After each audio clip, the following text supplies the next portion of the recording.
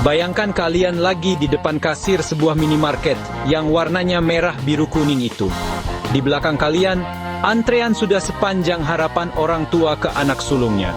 Ada ibu-ibu yang sudah siap mengeluarkan jurus uang pas, tapi nyarinya di dasar tas yang dalamnya mirip black hole. Ada bapak-bapak yang sudah gelisah karena motornya diparkir nggak dikunci. Tiba-tiba, si mbak kasir terdiam. Wajahnya pucat, lebih pucat dari orang yang baru saja dapat notifikasi tagihan pinjol di akhir bulan. Matanya terpaku ke layar monitor. Ikon wifi di sana mendadak berubah jadi tanda seru kuning, atau lebih parah, muncul gambar dinosaurus loncat-loncat. Maaf kak, jaringannya lagi gangguan. Sistemnya loading, kata Simba dengan suara gemetar. Duar. Satu ruangan langsung hening. Itu adalah kalimat paling horor di Indonesia setelah "kita putus ya, aku mau fokus kuliah." Pembeli di belakang mulai ngomel. Ada yang bilang, "Halah, katanya teknologi canggih, kena mendung dikit aja pingsan." Akhirnya, keranjang belanja ditinggalkan gitu aja. Pendapatan toko hilang, kasirnya kena semprot manajer, dan manajernya kena semprot owner. Teman-teman, di negeri yang kecepatan internetnya kadang naik turun kayak harga cabai di pasar induk ini, membangun aplikasi yang 100% bergantung pada koneksi internet adalah sebuah bentuk kezaliman digital.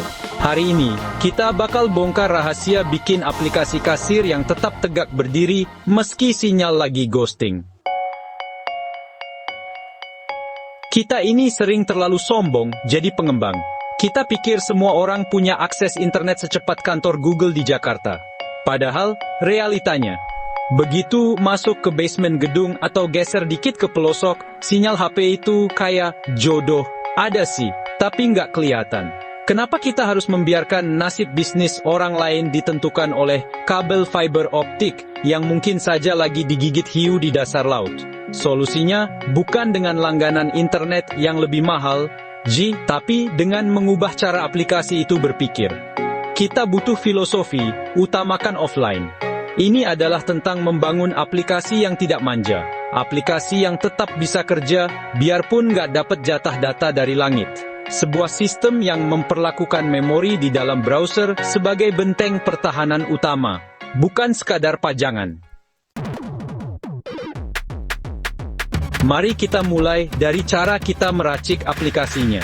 Zaman sekarang, jadi web developer itu ribetnya minta ampun. Baru mau bikin tombol klik saya aja, kita harus install ini, install itu, sampai folder node modules besarnya ngalahin dosa-dosa masa lalu kita.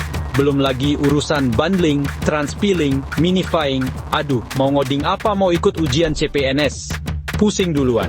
Tapi bayangkan, kalau ada cara yang lebih santai. Ibarat mau makan mie instan, kita nggak perlu membangun pabrik mie-nya dulu kan? Cukup ambil mie-nya, seduh air panas, makan. Selesai. Kita bisa menggunakan kerangka kerja atau framework yang sangat ramah. Kita nggak perlu ritual kompilasi yang memakan waktu lama, sampai laptop bunyi kipasnya kayak pesawat tempur mau lepas landas. Kita cukup panggil mantra lewat satu baris kode di atas dokumen HTML kita. Ambil langsung dari awan lewat jalur distribusi cepat.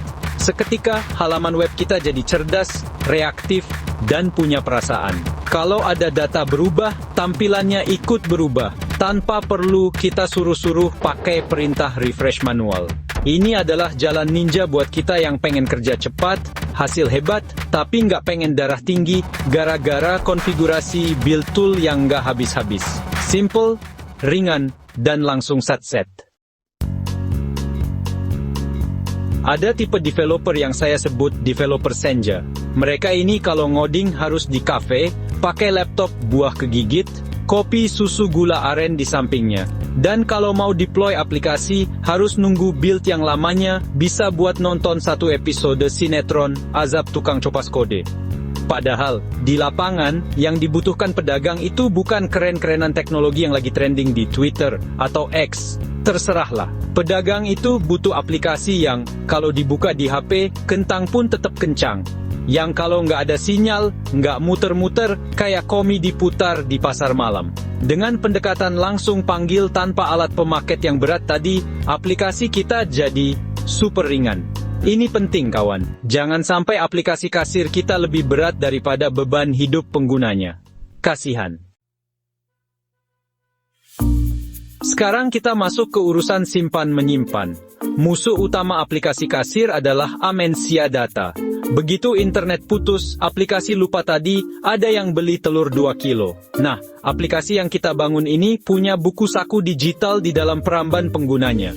Begitu kasir klik bayar, data itu nggak langsung terbang ke Jakarta atau Singapura. Data itu masuk dulu ke buku saku ini. Cepat banget kayak kilat. Database lokal ini ibarat sahabat yang selalu ada di samping kita. Dia nggak peduli kita lagi di puncak gunung atau di dalam goa.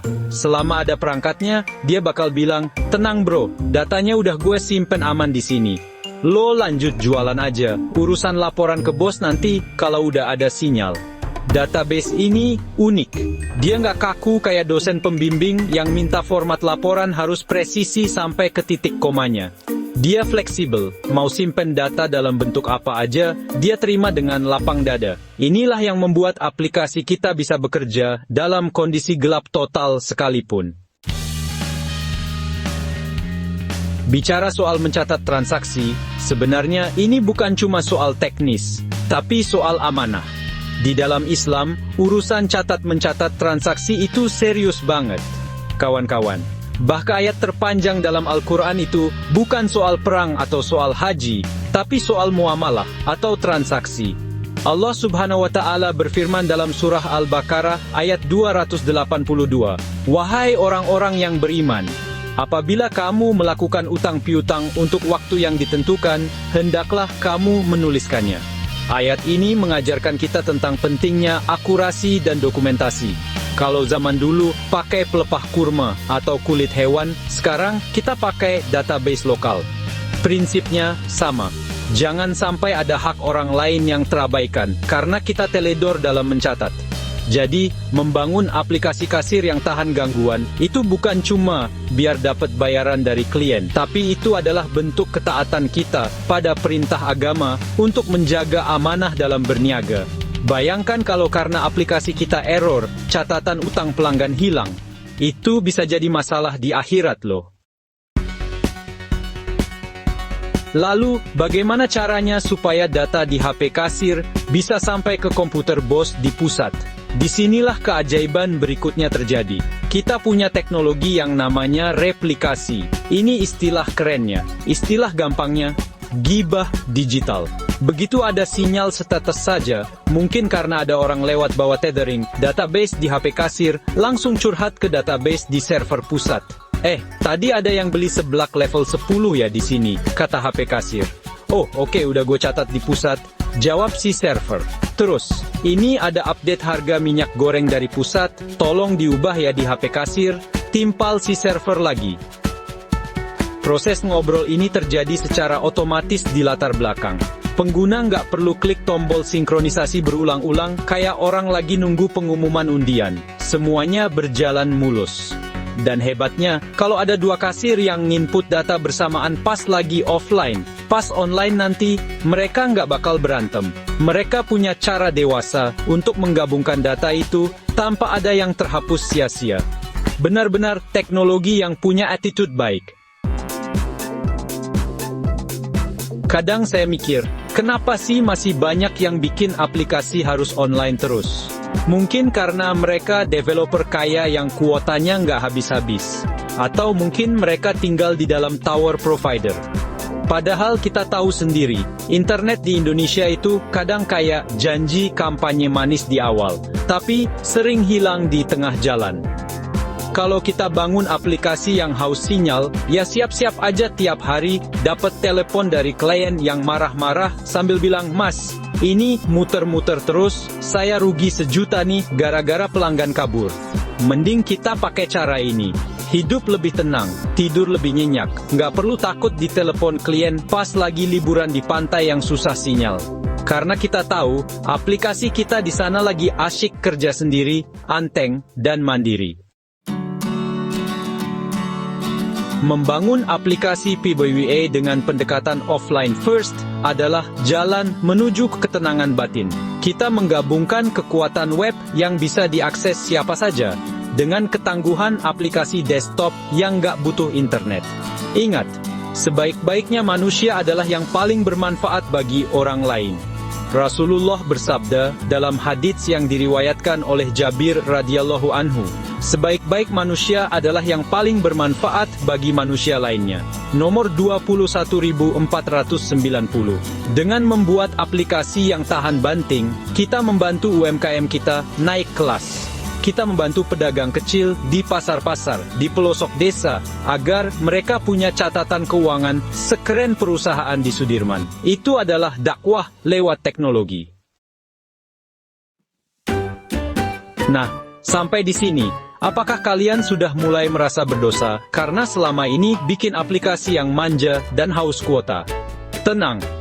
Pintu taubat digital selalu terbuka. Kalau kalian penasaran gimana caranya meracik semua ini secara praktis, gimana caranya memanggil framework langsung dari langit tanpa perlu npm install yang bikin laptop panas, gimana caranya bikin database lokal bisa gibah otomatis ke server tanpa drama, jangan dipendam sendirian. Mari kita ngumpul, ngopi, online, dan berbagi ilmu di komunitas yang isinya orang-orang keren, tapi tetap rendah hati. Yuk gabung sekarang ke grup Telegram PWWID. Di sana kita bakal bedah tuntas gimana cara bikin aplikasi yang haram offline tapi halal digunakan di mana saja. Kita bangun ekosistem pengembang web Indonesia yang solutif, religius, dan tentunya tetap punya selera humor yang sehat. Klik link di deskripsi sekarang juga. Dan sampai jumpa di grup PWWID. Mari kita buat aplikasi yang tak hanya cerdas, tapi juga tangguh sekuat mental pejuang cicilan.